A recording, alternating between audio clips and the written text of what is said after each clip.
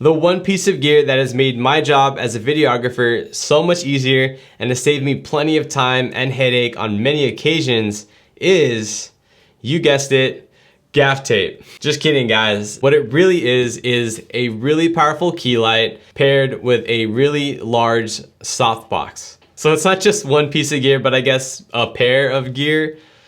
A pair of gear? A pair of gears? In particular, I use the Godox VL300 as my key light for pretty much all of my client work. And I pair it with a 48-inch softbox from EasyLock. More powerful lights are gonna give you more control over the lighting in general because, one, you're gonna be able to either match or exceed the output of the lights that you can't control. So this could be the building lights or even the sunlight. And two, you can use either more or heavier diffusion material on your lights and still have enough output to properly light up your subjects. The larger the softbox, the softer your light is gonna be because the softbox is not only diffuse the light through the sheer material that the light passes through, but it also alters the shape and the size of your light. When you emit your LED lights through a softbox, the light source is now actually the softbox, and so you're going from this small LED chip to this large 48-inch circular object. And the larger the light source, the softer the light is gonna be on your subject, and the softer it is,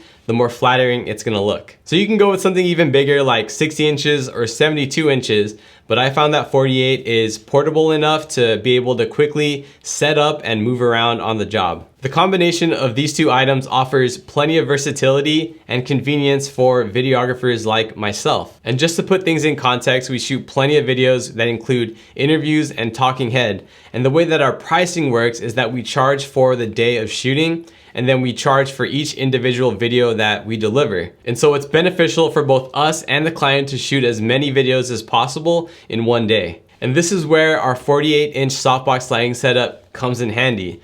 It allows us to work quickly without sacrificing quality. A lot of the time we either rely on the ambient building lights to fill a scene, or even if we don't prefer those lights, we choose to just work with them to save time. And since the light that comes from our setup is so soft and looks so good, the overall shot will look good as well, as long as it's composed well. So on any given job, if we have to shoot several videos, but we don't want all the videos to look the same, we can change up our composition and our angle, and then light up our subject with our setup, and now we have multiple looks for multiple videos. Another look that's a go-to of mine is to use the natural light in a space and then use our key light setup to match that natural light. Most people love the natural light look because they like the raw and authentic look of it. And what's so great about our key light is that it's powerful enough to match the output of the window light, and it's large enough to match the softness of the window light. What happens when the light source is too small is that it creates harsher shadows on the face.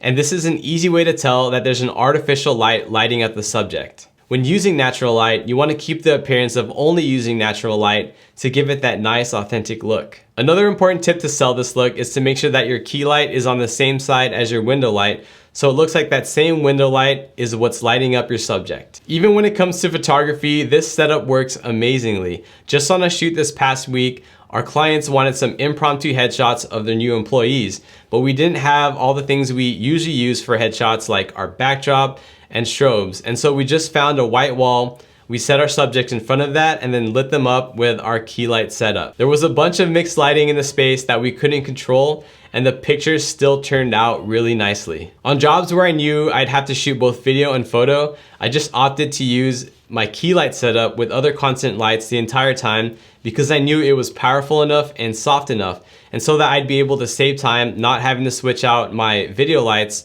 for my strobes. A lighting setup like this works great in pretty much any setting, even if it's for a smaller YouTube setup, because if you can get nicer, softer light, why not? If you're interested in learning more about lighting for your YouTube setup, click this playlist right here. And if you want to know more about other important video gear, click this playlist up here.